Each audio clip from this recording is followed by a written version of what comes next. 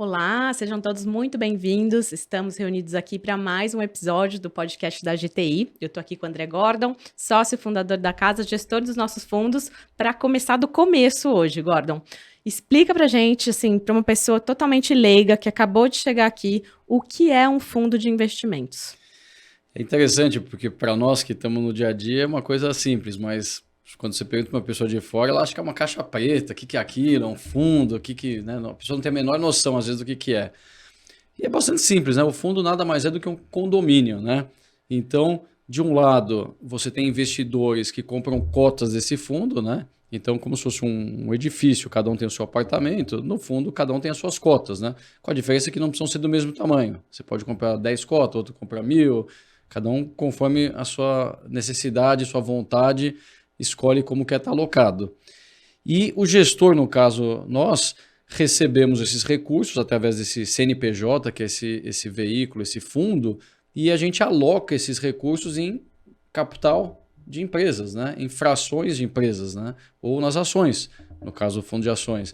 Então, por exemplo, no nosso portfólio, o cliente ele sabe que ele tem lá X cotas do fundo, mas na verdade, indiretamente, ele tem Y ações da Petrobras, tem ações da Vale do Rio Doce, ações do Banco Itaú, ações da Simpar e por aí vai, né? Então, o fundo, apesar dele ser esse condomínio com, vamos dizer, com uma pouca visibilidade do que tem dentro, nós damos essa transparência do portfólio e nada mais é do que um pedaço de empresa. Então, as empresas, quando elas veem os seus acionistas, elas têm pessoas físicas e têm fundos também como seus acionistas. E também os fundos, obviamente, têm o seu passivo, né, que é muito pequeno em relação ao ativo. Né? O que é o passivo do fundo? São obrigações a pagar. Então, quando um cliente pede um resgate, eu sou avisado, eu vou lá e vendo ativos do fundo proporcionalmente, e aquele recurso provisionado para fazer o pagamento, o nosso administrador ele faz o pagamento para o cliente. No caso dos nossos fundos, a cotização é 15 dias depois, né? Numa determinada data. Naquela data, eu tenho que disponibilizar os recursos com liquidez e 2 dias depois eles são pagos, transferidos para a conta do cliente. Então, os passivos do fundo basicamente são a taxa de administração, né? Que é a nossa remuneração. Ela é provisionada todo dia, então quando o cliente vê a cota do fundo, ela já é líquida da taxa de administração e performance, né? A administração no nosso caso, é 2% ao ano. Uhum. A performance é 15% do que excede o nosso benchmark, no caso o índice Bovespa, com a marca d'água. Ou seja, se a bolsa sobe 10 e nós subimos 10, a performance é 0. Uhum. Se a bolsa sobe 15 e nós subimos 30, a gente ficou 15 pontos acima da bolsa. Então, no caso do Dimona, é 15% desses 15, 2,25 é a remuneração que vem sendo provisionada. E uma vez que ela é recolhida no final do primeiro semestre e no final do ano, aquilo vira uma marca d'água. Ou seja, a gente só volta a cobrar performance se a cota estiver pelo menos acima daquele nível. Uhum. Então, se no exercício seguinte a gente cai junto com a bolsa, e no subsequente a gente sobe junto com a bolsa, mas abaixo do nível anterior, o cliente não paga. Uhum. Né? Então, muitas vezes o cliente não sabe quanto ele pagou, então é importante ele ter essa transparência, né, de que ele paga através dessa taxa e de que o valor que ele vê já é líquido. Né? Sem dúvida. E às vezes vem amigos, familiares, né? Falam, quero investir, vou transferir o dinheiro para sua conta. Não existe isso, gente. O dinheiro vai para a conta do fundo, para o CNPJ do fundo, ou diretamente, ou via uma plataforma, via um banco digital, né? Então, super seguro, sai e volta para a mesma conta, né? Às vezes tem até caso de cliente que troca de conta, né? Não consegue. Tem que atualizar a documentação. Tem que cadastrar a sua conta, né? Porque o fundo ele tem o seu CNPJ, totalmente independente da gestora e, obviamente, das pessoas físicas envolvidas no processo todo, né? Então, é um processo absolutamente seguro. E o grande risco do cliente é o que é feito com aqueles recursos, uhum. Né? Por exemplo, se o gestor investiu mal, comprou, por exemplo, lojas americanas, caiu 90%, ele perdeu 90%, esse é o risco, né? Agora vamos falar daqueles fundos que a gente vê ali nas notícias que quebraram. O que eles fazem e a GTI faz ou não faz essas mesmas atividades? Então, é muito ruim para a indústria quando você tem esses eventos extremos, porque eles contaminam toda a indústria na percepção, mesmo sendo coisas totalmente diferentes. Né? Um fundo ele pode quebrar por diversos motivos, né? O mais comum é a alavancagem. O que é alavancagem?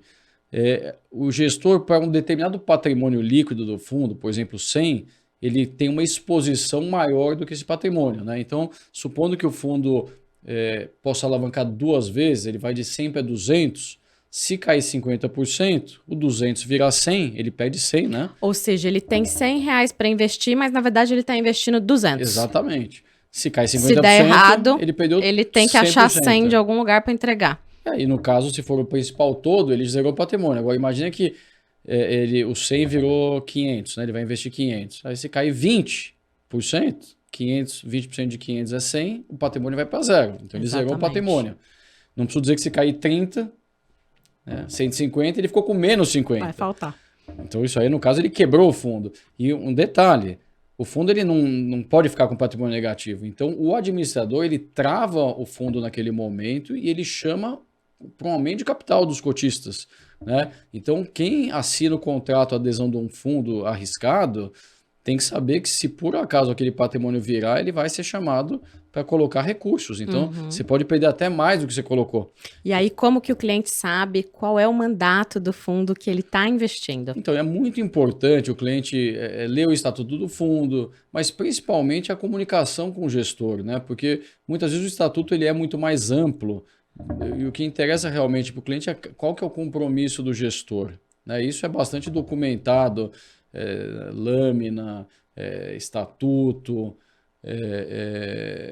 no caso dos fundos de pensão, né? Você tem estatutos ainda mais rígidos, né? Que não pode nem fazer posição short, porque, por exemplo, eu dei um exemplo bastante simples de como quebrar um fundo com alavancagem, mas você pode, por exemplo, quebrar mesmo sem estar alavancado, né? Quer dizer, com uma posição short. Imagina que eu estou 100% comprado numa ação A e resolvo fazer um hedge de 100% com a ação B. Se essa ação B que eu estou short subir 100% e a outra ficar parada, eu perdi os mesmos 100 que é o patrimônio, né?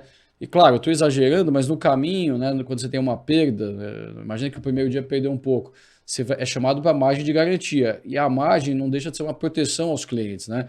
Que a B3 estabelece, né? Então, quando você ou aluga uma ação para vender a descoberto, ou faz um derivativo de índice futuro, ou dólar futuro, qualquer um desses, você tem que depositar a margem de garantia. Quando você tem uma perda, você tem um ajuste diário, né? Se por acaso você não comparecer com aquele ajuste diário, a margem é executada e a posição é encerrada compulsoriamente, né? Então você limita a perda, né? O administrador ele limita a perda. São cenários obviamente extremos, né? A grande maioria dos gestores costuma respeitar os mandatos, mas infelizmente de tempos em tempos alguém extrapola, né? E por fim você pode quebrar no crédito também, né? Quer dizer, o crédito quebrar num caso dificilmente vai ficar negativo, mas pode ir para zero o patrimônio. Sem dúvida. Uma concentração muito alta no ativo, caso eu dei o exemplo aqui da loja americana, né? Mesmo quem tinha renda fixa da loja americana, você teve uma queda substantiva, né? Então imagine que se for ter 1%, vai cair 0,2, 0,3, 0,4 a cota, né? Quer dizer, conforme a marcação. É uma queda que incomoda, mas tá dentro do que o cliente espera de um fundo high yield, por exemplo. Agora, imagine que o fundo tivesse uma exposição de 50% no mesmo grupo, e aí, obviamente, aquela exposição não está esperada. Muitas vezes, esse tipo de expectativa negativa quanto a um gestor pode levar a uma corrida dos investidores. O gestor é obrigado a vender os ativos num momento ainda mais negativo, né? É por isso que a gente viu a loja americana cair para abaixo de R$1, né? Porque justamente é negativo, todo mundo cai, os clientes resgatam, então o gestor tem que vender as ações. Ciclo vicioso, né? E como se não bastasse, ela ainda saiu do índice Bovespa, né? Então muitos fundos passivos também tiveram que vender, provocando aí, a ação chegou a acho que 80 centavos, enfim. Então, para a gente fechar aqui, fala dentro da GTI quais são as nossas políticas para evitar um cenário como esse. Bom, a gente é muito conservador, porque eu sempre falo, a GTI é onde a gente parqueia a maior parte dos nossos recursos, dos nossos familiares, dos nossos amigos e dos nossos clientes. Então, aqui a gente fala, é para longuíssimo prazo, não é... A gente não está para fazer apostas de curto prazo, né? Então, o nosso primeiro fator de controle de risco é limitar o tamanho das posições, né? Então, tipicamente as nossas posições são de 3 a 15%, né? Então, a gente colocou 15%, no passado já foi um pouco mais ativamente, né? No passado eu podia até 20% ativamente, hoje, apesar da gente, se não me engano, fomos uma vez só, enfim, há 7, 10 anos atrás, como a gente entende que 15 já é um tamanho grande o suficiente para, se estivermos certo, tivermos um Ganhar destaque no dinheiro. retorno, e se por acaso a gente estiver errado, não sofrer uma pancada tão forte, né? Porque eu sempre falo, o problema não é errar, errar faz parte do nosso processo. O problema é errar onde você tem muita convicção, né? E se você não limitar esse tamanho, os teus erros podem trazer consequências bastante grandes, né? Então esse é o primeiro grande controle de risco. O segundo, obviamente, é a alavancagem, né? A gente não trabalha com alavancagem, exceto em situações muito atípicas e uma alavancagem bastante restrita, de 10% do patrimônio, né? Isso aconteceu 2 vezes na história da GTI. Uma em 2008, né? E outra no pré-impeachment da Dilma. Nos 2 momentos, a gente entendeu que o mercado estava absolutamente depreciado, os preços estavam muito baixos e como nós somos analistas mais fundamentalistas, a gente compra empresas onde muitas vezes o valor dos ativos líquido é significativamente acima do preço de mercado. Então isso dá uma tal de margem de segurança bastante confortável. E o 10%, né, naqueles exemplos que eu dei anteriormente, imagina que a gente dê tudo errado e caia 50% o mercado, né? E a gente caia junto com o mercado. O 110 vira 55. Quer dizer, é ruim, é óbvio que é ruim, né? Em vez de cair 50, você caiu 55, né? A cota. Mas não é um Mas colapso, não é né? um colapso, né? Quer dizer, teria que dar muito errado e teria que estar no limite, né? Então a gente é muito conservador, evita isso. E nas posições short, né, na venda descoberta, a gente também é bastante conservador. A gente não shorteia small cap, então a gente só shorteia ações acima de 7,5 bi de market cap, evitando o risco aí de um squeeze muito mais comum nas smalls. A gente não shorteia ações quando o aluguel está muito caro, porque isso já dá um sinal de que tem um risco de squeeze. Então o nosso aluguel típico é menos de 1% ao ano, no dia a dia. Às vezes, agora que o juro está mais alto, eles subiram um pouco. Mas, tipicamente, tem ações que a gente shorteia 0,15 ao ano de aluguel, né? E geralmente são todos são light caps, né, na prática, né?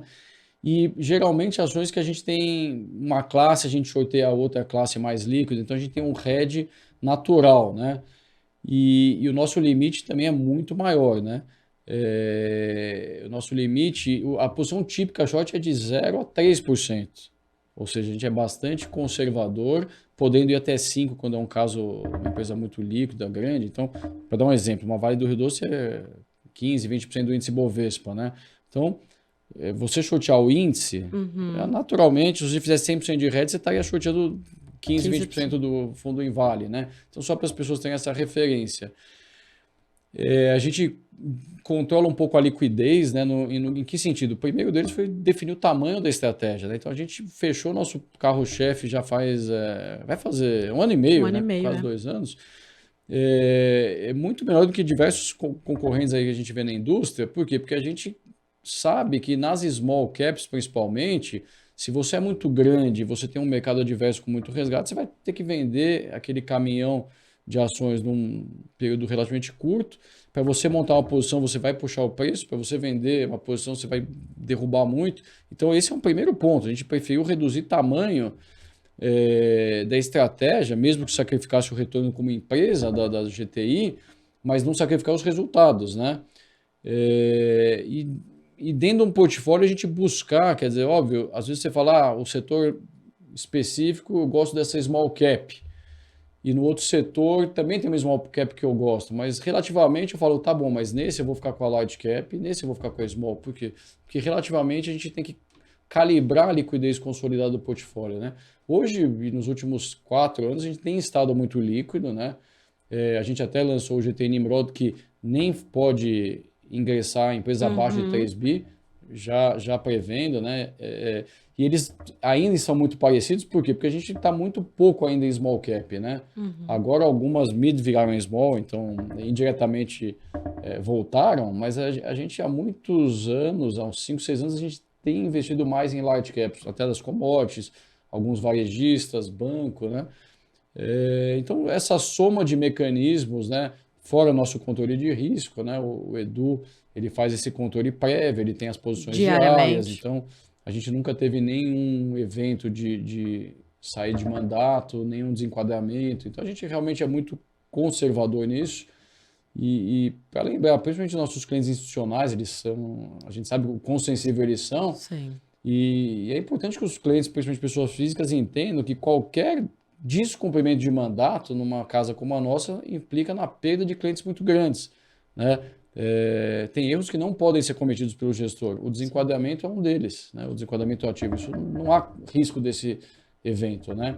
Então, o que a gente pode falar para os clientes é que eles podem ficar bastante tranquilos, né? Nosso portfólio, sempre com a defasagem lá da CVM, ele está disponível, então o cliente pode monitorar o que é feito. E é um padrão que já são 18 anos na mesma estratégia sem dúvida.